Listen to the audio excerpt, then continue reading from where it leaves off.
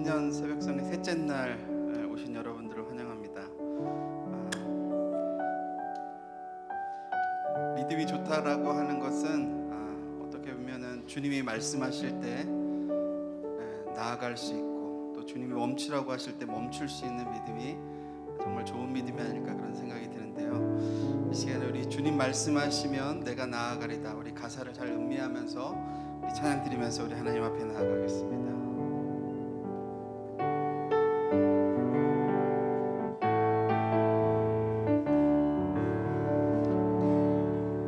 주님 말씀하시면 내가 나아가리다.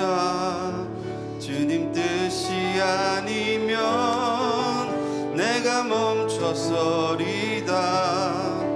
나의 가고 서는 것 주님 뜻에 있으니 오 주님 나를 이끄소서. 다시 한번 주님 말씀하시면, 주님 말씀하시면 내가 나아가리다. 주님 뜻이 아니면 내가 멈춰서리다. 나의 가고 서는 것 주님 뜻에 있으니 오 주님 나를 이끄소서. 뜻하신 그곳에 나 있기 원합니다. 이끄시는 대로 순종하며 살리니 연약한 내 영혼 통하여 일하소서. 주님 나라와 그 뜻을 위하여 뜻하신 그곳에 나 있기 원합니다. 이끄시는 대로 순종하며 살리니 연약한 내 영혼 통하여 일하소서. 주님 나라와 그 뜻을 위하여 오 주님 나를 이끄소서. 한 번 더 주님 말씀하시면, 주님 말씀하시면 내가 나아가리다. 주님 뜻이 아니면 내가 멈춰서리다. 나의 가고 서는 것 주님 뜻에 있으니 오 주님 나를 이끄소서. 주님 말씀하시면, 주님 말씀하시면 내가 나아가리다. 주님 뜻이 아니면 내가 멈춰서리다. 나의 가고 서는 것 주님 뜻에 있으니 오 주님 나를 이끄소서. 뜻하신 그곳에 나 있기 원합니다. 이끄시는 대로 순종하며 살리니 연약한 내 영혼 통하여 일하소서. 주님 나라와 그 뜻을 위하여 뜻하신 그곳에 나 있기 원합니다. 이끄시는 대로 순종하며 살리니 연약한 내 영혼 통하여 일하소서. 주님 나라와 그 뜻을 위하여 오 주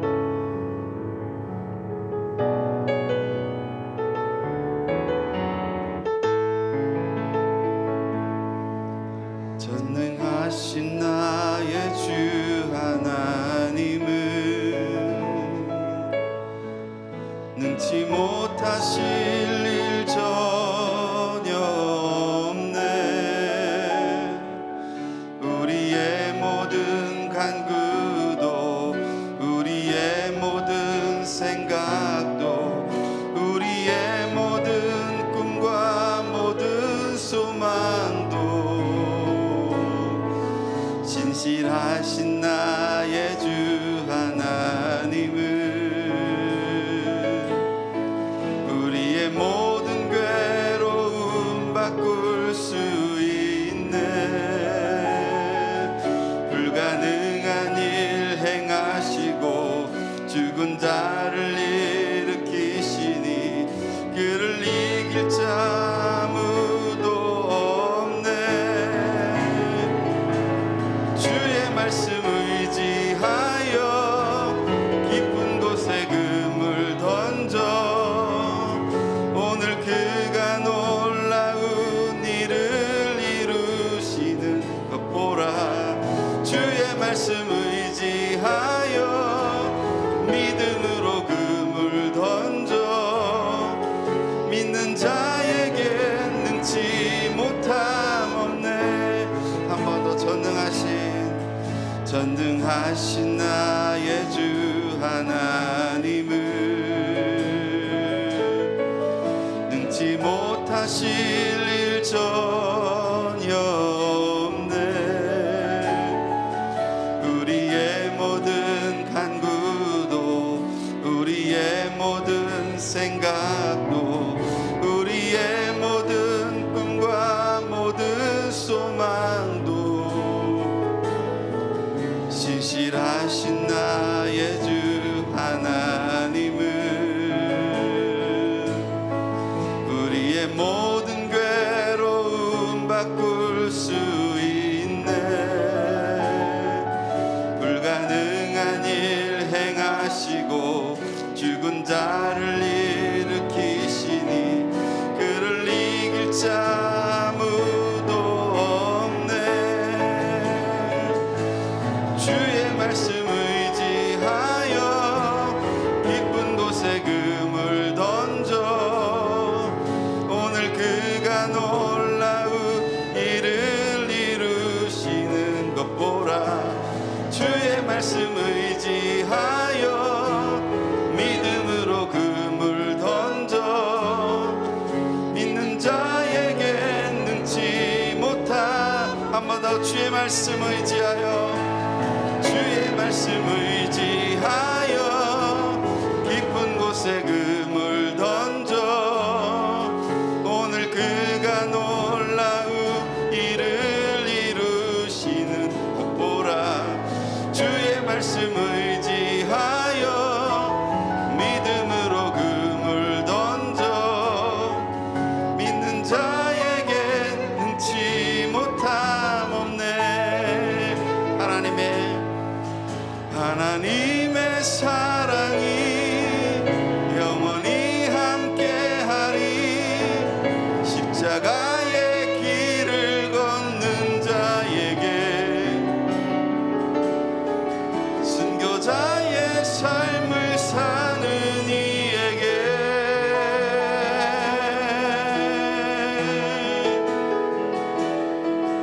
조롱하는 소리와 세상 유혹 속에도 주의 순결한 신부가 되리라. 내 생명 주님께 드리리. 내 마음에 주를 향한 사랑이 나의 말엔 주가 주신 진리로 나의 눈에 주의 눈물 채워주소서.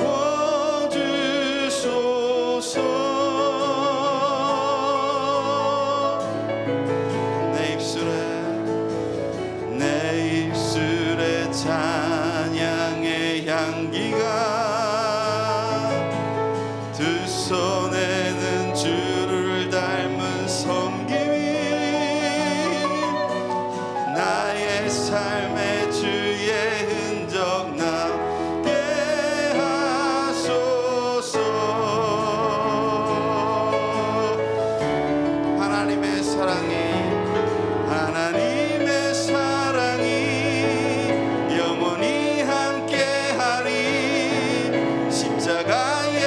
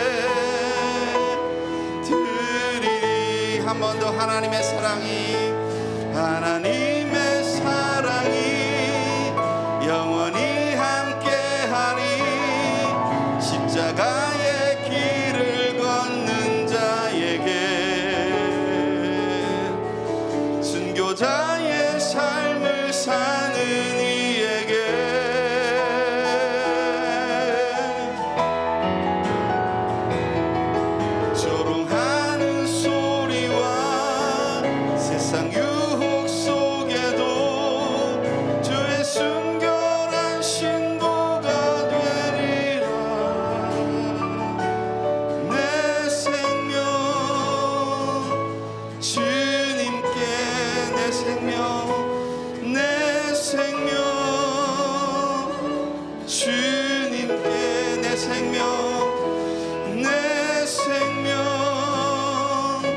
주님께 드리리. 이제 합심해서 오늘 예배를 위해서 한번 합심해서 기도하기 원합니다. 하나님, 우리가 오늘도 주의 말씀을 따라서 살리라라고 하는 이 고백이 올 한 해 우리의 고백이 되기를 원하고, 하나님 말씀 따라 순종하는 삶 살기 원하는데요. 하나님, 우리로 하여금 먼저 겸손하게 하셔서 정말 주님이 말씀하실 때 나아가고, 주님 멈추라고 하실 때 멈출 수 있는 그런 겸손함이, 그런 순종함이 우리에게 있게 도와주시고, 무엇보다도 우리가 예수님께서 걸어가신 그 길을 따라 살아가는 우리 귀에, 우리의 눈에, 우리의 입술에 좋은 말씀만이 아니라 주님께서 우리를 이끄시는 그 길 따라서 정말 그 길이 십자가의 길이라 할지라도 믿음으로 순종하며 살아가는 우리들 되게 해달라고, 올 한 해 하나님 앞에 귀하게 쓰임받는 우리 교회 되게 해달라고 우리 합심해서 한번 기도하겠습니다. 고맙고 감사하신 아버지 하나님, 늘 감사합니다. 아버지 하나님, 이 한 시간에 또 새벽을 깨우고 주의 전에 나와서 하나님의 은혜를 사모하고, 또 한 해를 아버지 기도로, 또 말씀으로, 예배로, 또 아버지 정말 결단하기를 원하는 당신의 백성들을 이 시간에도 축복하여 주시옵소서. 올 한 해 우리가 말씀으로 살리라고 하는 이 주제를 가지고 또 새벽 성회를 하고 있는데, 하나님, 올 한 해 우리가 주의 말씀이 우리를 주장하시고 주의 말씀이 우리를 이끄시는 대로 우리가 살고 순종하기를 원합니다. 주님이 말씀하실 때 그 말씀을 따라서 믿고 순종하며 나아가는 담대한 믿음과 용기를 하나님 저들에게 허락하여 주시고, 주님께서 멈추라고 하실 때 겸손히 주의 말씀을 듣고 멈춰 설 수 있는 아버지 그런 겸손함이 하나님 저희들에게 있게 도와주시기를 간절히 빌곤합니다. 하나님, 저희 입맛에 맞고 저희 귀에 들리게 좋고 우리 눈에 보기에 좋은 말씀만이 아니라 하나님께서 우리를 인도하시는 그 길, 때로는 십자가의 길, 그 고난의 길이라 할지라도 순교자의 길이라 할지라도 하나님의 인도하심을 따라서 주의 말씀에 순종하여 나아갈 수 있는 전능하신 하나님, 우리를 신뢰하시고 우리를 함께하시고 우리를 동행하시고 우리를 이끄시는 그 하나님을 신뢰하면서 온전히 주의 말씀을 좇아 살아가는 복된 하나님 인생들 될 수 있도록 하나님 도우시고 인도하여 주시옵소서. 2022년 한 해 하나님, 무엇보다도 우리가 하나님의 말씀을 우리의 삶의 중심에 놓고 하나님 정말 그 말씀을 따라서 정말 순종하며 나아갈 때 하나님의 놀라운 우리의 삶 속에 아름다운 열매와 기적과 같은 일들이 경험되게 도와주시고, 살아계시고 역사하시고 아버지 함께하시는 주님의 그 놀라운 능력을 통해 경험하는 복된 한 해가 될 수 있도록 주여 도우시고 인도하여 주시옵소서. 이 시간에도 아버지 하나님 주의 성령으로 함께하여 주시옵소서. 이 시간에 갈급한 심령을 가지고 나온 자들마다, 주의 은혜를 사모하는 자들마다 하나님 그 영혼을 해결하게 도와주시고 그 영혼의 만족함을 주시옵시고, 주님 예비하시는 데를 하나님 허락하여 주시옵소서. 주께서 함께하실 줄 믿고 감사드리며 예수님의 이름으로 기도했습니다. 우리 하나님 말씀은 사무엘하 12장 말씀입니다.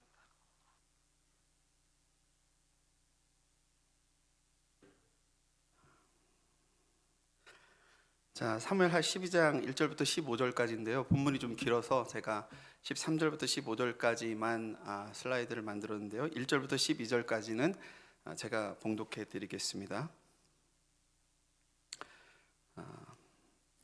여호와께서 나단을 다윗에게 보내시니 그가 다윗에게 가서 그에게 이르되, 한 성읍에 두 사람이 있는데 한 사람은 부하고 한 사람은 가난하니 그 부한 사람은 양과 소가 심히 많으나 가난한 사람은 아무것도 없고 자기가 사서 기르는 작은 암양 새끼 한 마리뿐이라.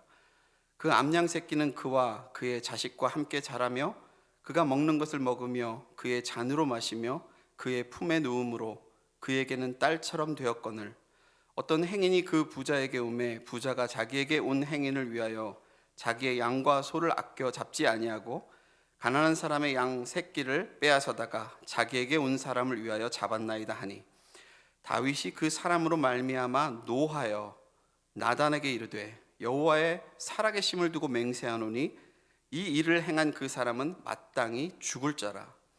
그가 불쌍히 여기지 아니하고 이런 일을 행하였으니 그 양 새끼를 4배나 갚아주어야 하리라 한지라. 나단이 다윗에게 이르되, 당신이 그 사람이라. 이스라엘의 하나님 여호와께서 이와 같이 이르시기를, 내가 너를 이스라엘 왕으로 기름 붓기 위하여 너를 사울의 손에서 구원하고 내 주인의 집을 내게 주고 내 주인의 내 아내들을 내 품에 두고 이스라엘과 유다 족속을 내게 맡겼느니라. 만일 그것이 부족하였을 것 같으면 내가 내게 이것저것을 더 주었으리라. 그러한데 어찌하여 내가 여호와의 말씀을 업신여기고 나 보기에 악을 행하였느냐. 내가 칼로 햇사람 우리아를 치되 암몬 사람의 칼로 죽이고 그의 아내를 빼앗아 내 아내로 삼았도다. 이제 내가 나를 업신여기고 햇사람 우리아의 아내를 빼앗아 내 아내로 삼았은즉 칼이 내 집에서 영원토록 떠나지 아니하리라 하셨고, 여호와께서 또 이와 같이 이르시기를 보라, 내가 너와 내 집에 재앙을 일으키고 내가 내 눈앞에서 내 아내를 빼앗아 내 이웃들에게 주리니 그 사람들이 내 아내들과 더불어 백주에 동침하리라.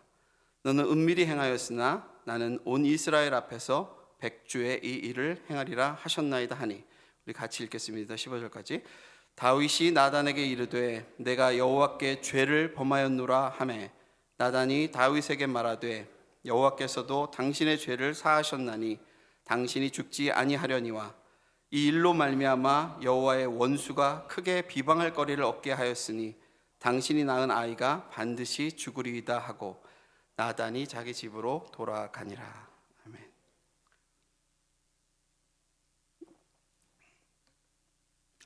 어느 주일 아침에 한 40대 청년 남성이 70대에 먹은 자기 노모에게 교회를 가기 싫다고 이렇게 컴플레인을 하기 시작했습니다.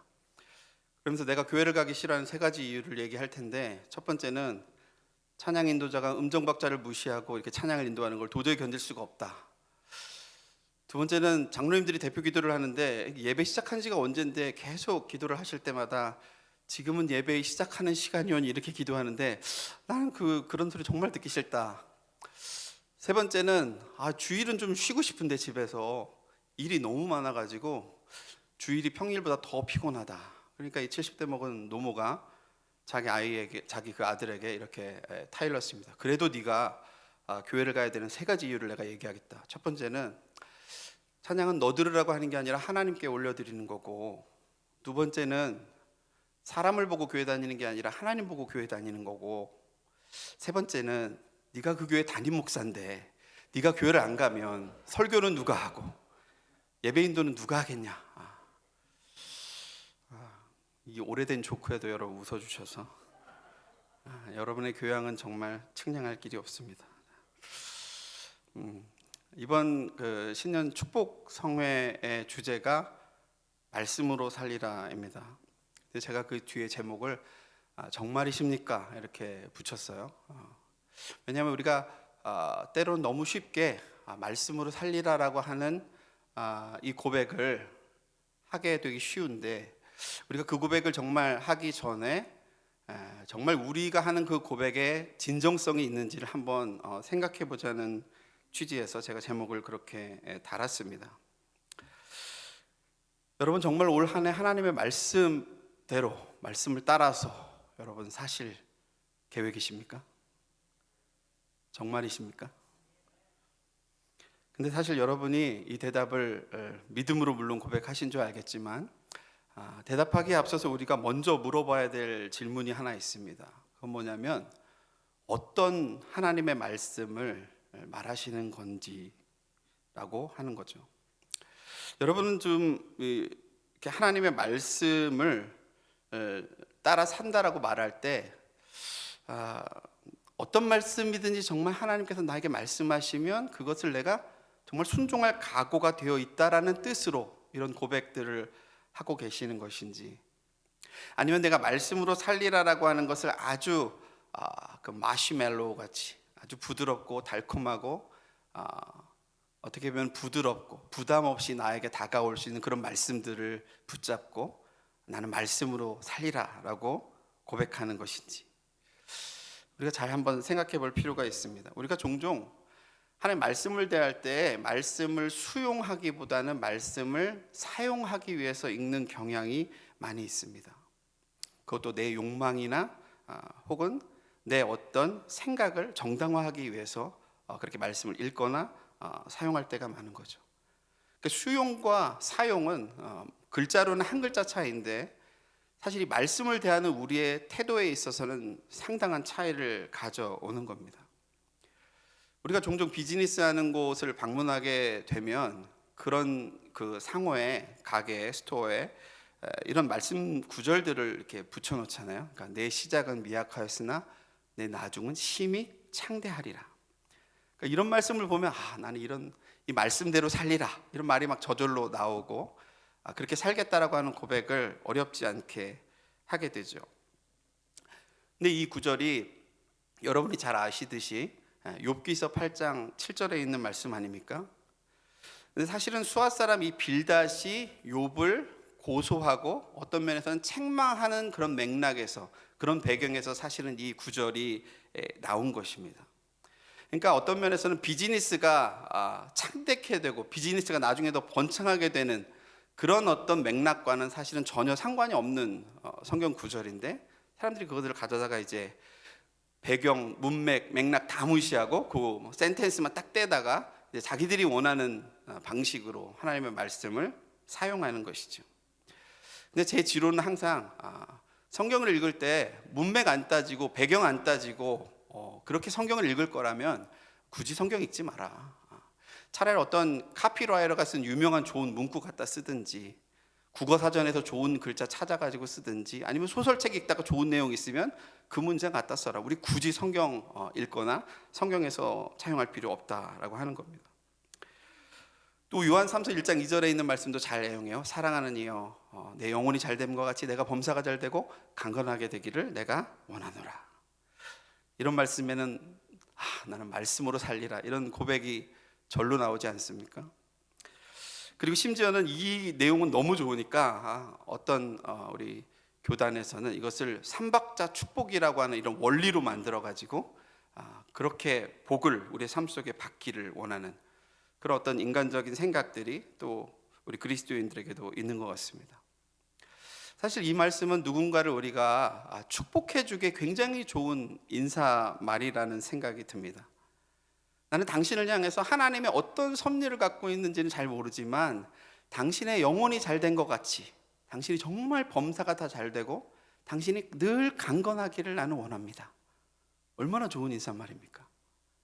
근데 이 좋은 인사말이 그리스도인들이 인생을 살아가는 데 있어서 이것을 자기의 삶의 모토로 삼고 자기의 삶의 목표로 삼고 자기의 삶의 정체성으로 삼아서는 되겠느냐라고 하는 거죠.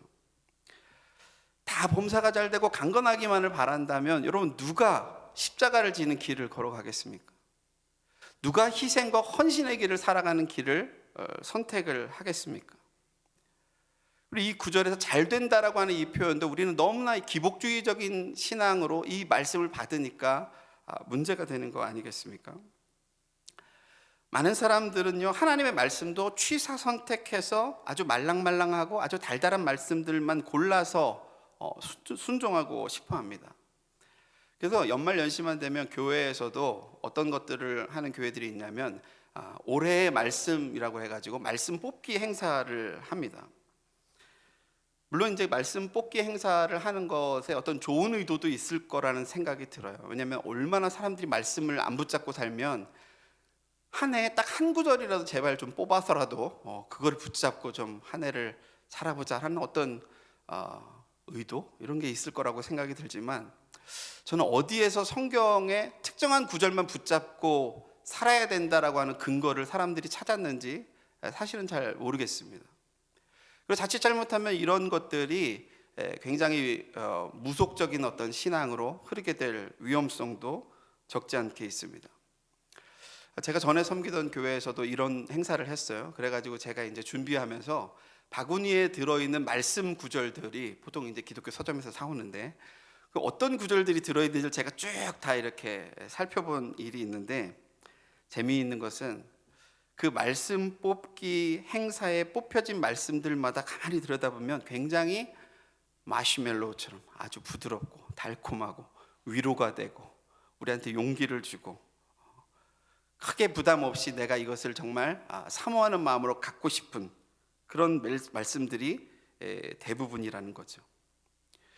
근데 여러분 한번 생각해 보십시오. 마태복음 27장 5절과 같은 말씀은 이 사람들이 그런 바구니에 안 넣습니다. 왜냐하면 유다가 물러가서 스스로 목매어 죽으니라, 이런 말씀 뽑으면 사람들이 올 한 해 엄청 재수없겠네 이렇게 생각하지 않겠어요? 올해는 내가 몸을 사리든지 몸 조심해야 되겠다 이런 생각으로 한 해를 보낼 수는 없지 않겠습니까? 또 어떤 구절들은 안 넣냐면 사도행전 7장 58절 같은 말씀, 스데반을 성 밖에 내치고 돌로 칠세, 이런 구절은 바구니에 넣지 않습니다. 또 이스라엘의 왕이 없으므로 사람마다 자기 소견에 옳은 대로 행하였더라, 이런 구절들은 넣지 않습니다. 왜냐하면 이런 구절은 너무나 우리가 감추고 싶은 우리의 영적인 어떤 현실들을 너무나 적나라하게 드러내 보여주는 말씀들이기 때문에 그렇습니다. 그러니까 결국 사람들은 채집식으로 성경을 읽을 때도 내가 보기에 좋은 말씀들만을 뽑아서 듣거나 보려고 하는 경향이 많은데, 사실 모든 경우가 다 그런 건 아니지만 많은 경우에 정말로 우리의 신앙을 영적으로 성숙하게 하는 말씀들은 어떤 말씀이냐면, 때로는 우리의 마음을 찌르고, 때로는 우리의 죄를 회개케 하고, 때로는 우리의 이기적인 자아를 내려놓게 하는 말씀들인 경우가 훨씬 많은 것들을 보게 됩니다. 여러분, 올 한 해 여러분들 모두 하나님의 말씀으로 살리라고 하는, 말씀으로 살고 싶은 이런 마음들을 다 가지고 계실 텐데, 우리가 스스로 진지하게 한번 먼저 물어봐야 됩니다. 어떤 말씀을 말하는 건지, 그리고 하나님께서 나에게 어떤 말씀을 하셔도 내가 정말 그 말씀에 순종할 각오를 가지고 정말 한 해를 시작하고 있는지. 예수님께서 베드로에게 물 위로 걸어오라, 베드로가 물 위를 걸어보고 싶다고 했겠지만 하나님 농담이었습니다 이렇게 하고, 하나님 내가 아무리 나이가 젊지만 지금 물이 너무 차가운데요, 하나님 예수님 지금 풍랑이 너무 센데 좀 잔잔해지고 건너면 안 되겠습니까? 그래가지고는 물 위를 걷는 기적을 경험할 수가 없는 것이죠. 아마 베드로가 나이가 좀 많았다고 한다면 예수님도 제 나이가 되면 이런 상황에서 그런 말 안 나오실 겁니다, 그렇게 얘기했을지도 모르겠습니다.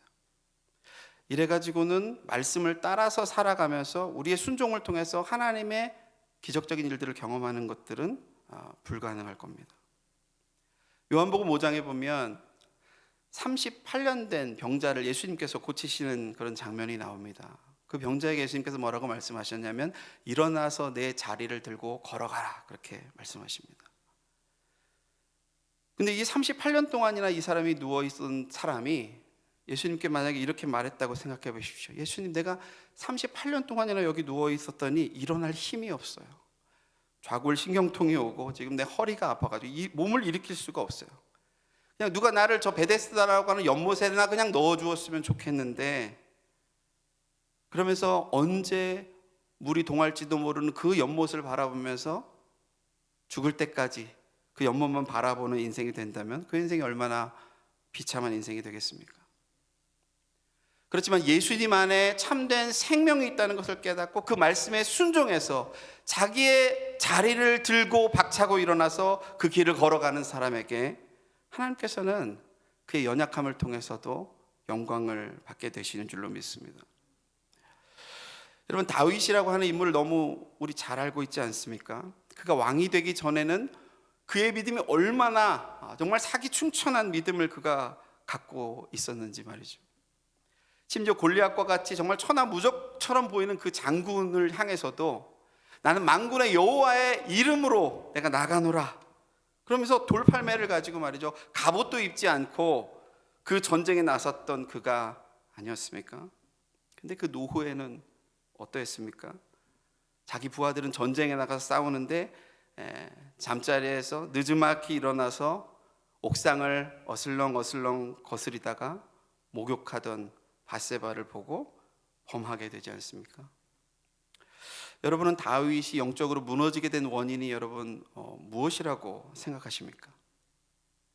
하나님께서 그의 인생을 고생스럽게 할 때는 그가 전적으로 하나님을 의지했는데 그 인생을 하나님께서 나중에 이제 잘 나가게 해주니까 그가 무너진 것이라고 생각합니까?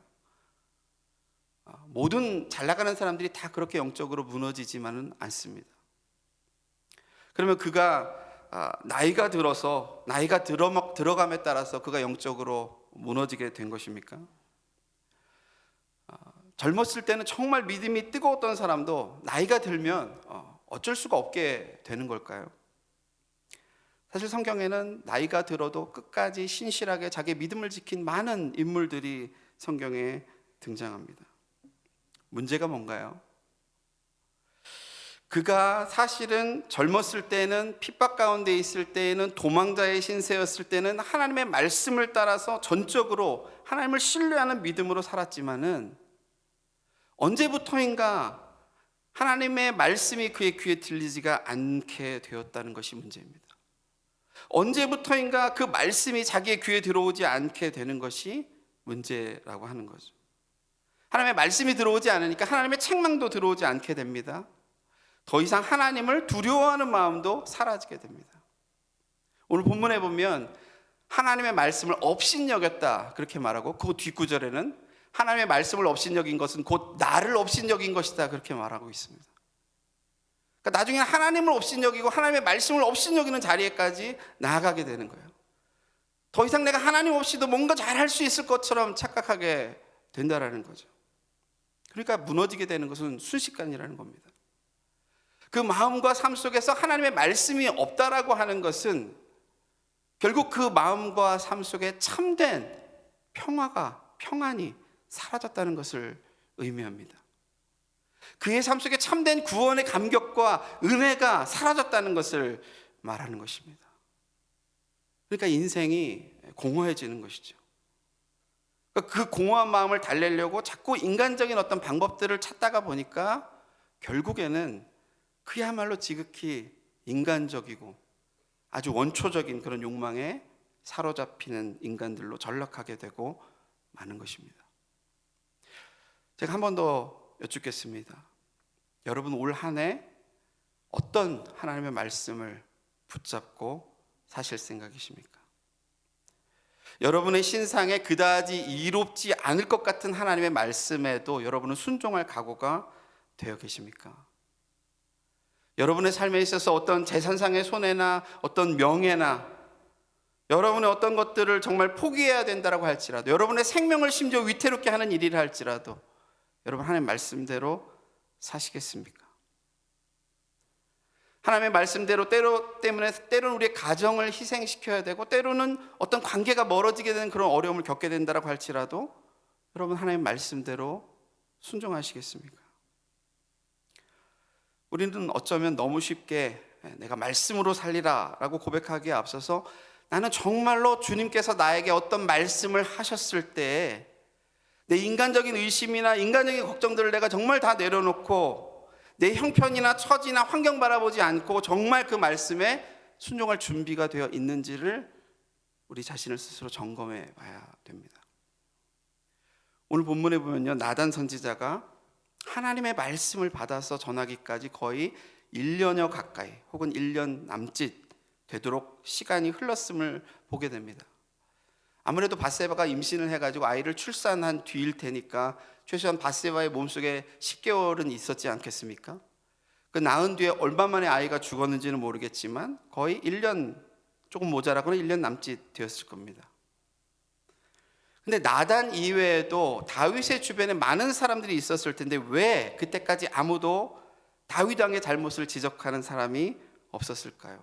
하는 그런 의구심이 들게 됩니다. 사실 쥐들이 누가 고양이 목에 방울을 달 것인가 고민하는 것처럼 왕 앞에 나아가서 그것을 직언하기가 정말 쉽지 않아 보입니다. 어쩌면 서로 살아남으려고, 어쩌면 자기의 안위를 지키려고, 어쩌면 그냥 평안히 살고 싶어서, 어쩌면 그냥 상황을 복잡하게 안 만들고 싶어서, 어쩌면 눈치만 보다가 그냥 시간이 그렇게 흘러갔는지도 모릅니다. 근데 때로 우리가 하나님의 말씀에 순종하는 믿음은 때로는 위험을 감수해야 되고요, 때로는 갈등을 감수하고, 때로는 심지어는 관계가 어렵게 되는 위험성도 감수해야 될 때가 있습니다. 물론 어떤 말을 할 때 우리가 적절한 타이밍을 기다리는 것도 중요한 일이긴 합니다만 그것이 우리의 비겁함을 합리화하는 수단이 되어서는 안 될 것입니다. 여러분, 모두가 숨죽이고 자기의 안위를 구하고 있을 때 용기를 낸 한 사람이 있었습니다. 그 사람이 바로 선지자 나단이었습니다.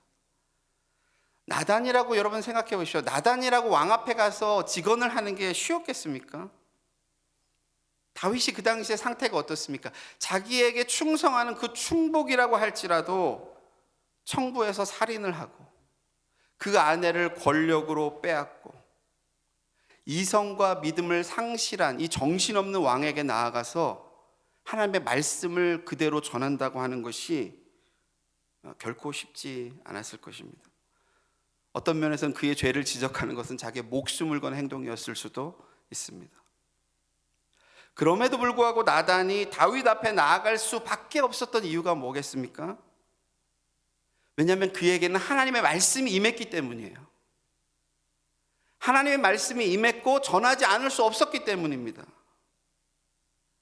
그리고 그 자신이 받은 하나님의 말씀이 하나님으로부터 온 것이라고 하는 확신이 없이는 그 말씀을 정말 시리어스하게, 정말 진지하게 그걸 받아들이고 심각하게 받아들이지 않고는 왕 앞에 나아갈 수가 없는 것이죠.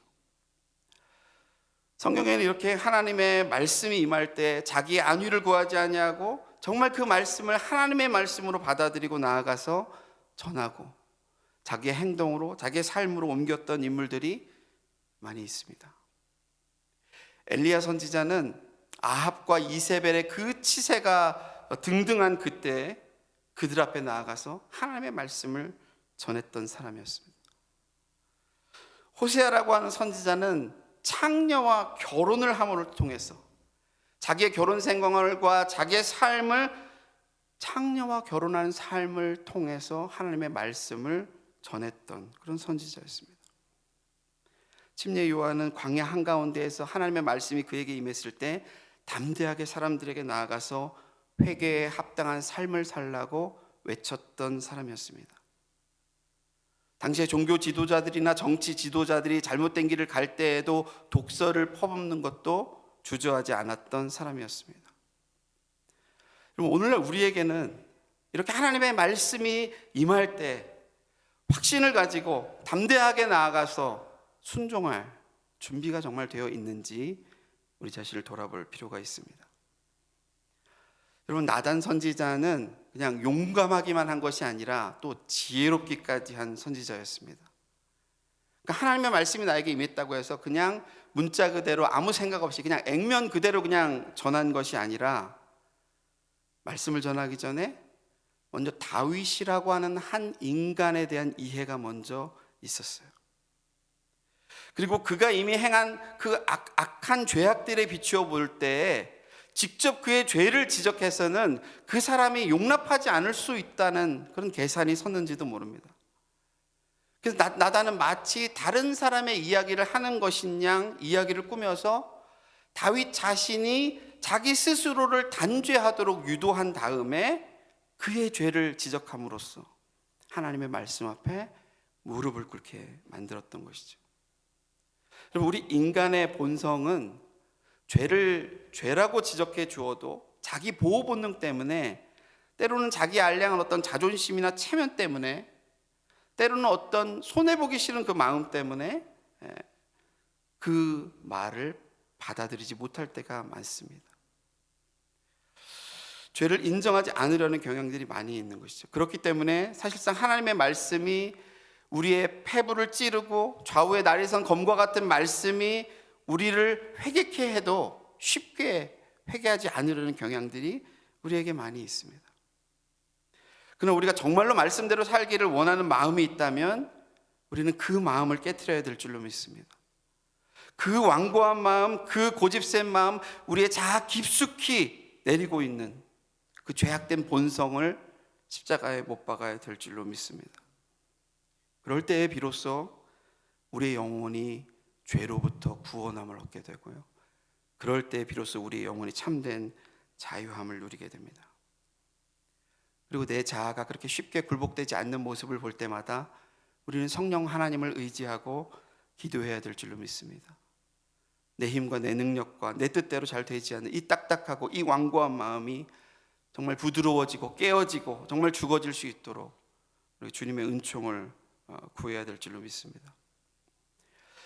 여러분, 말씀대로 살려면 우리는 먼저는 하나님의 말씀이 무엇인지를 제대로 알아야 되고요, 그 다음에는 그 깨달은 말씀을 따라서 내 자아를 정말 죽이고 순종할 수 있는 준비가 우리에게 되어 있어야 됩니다.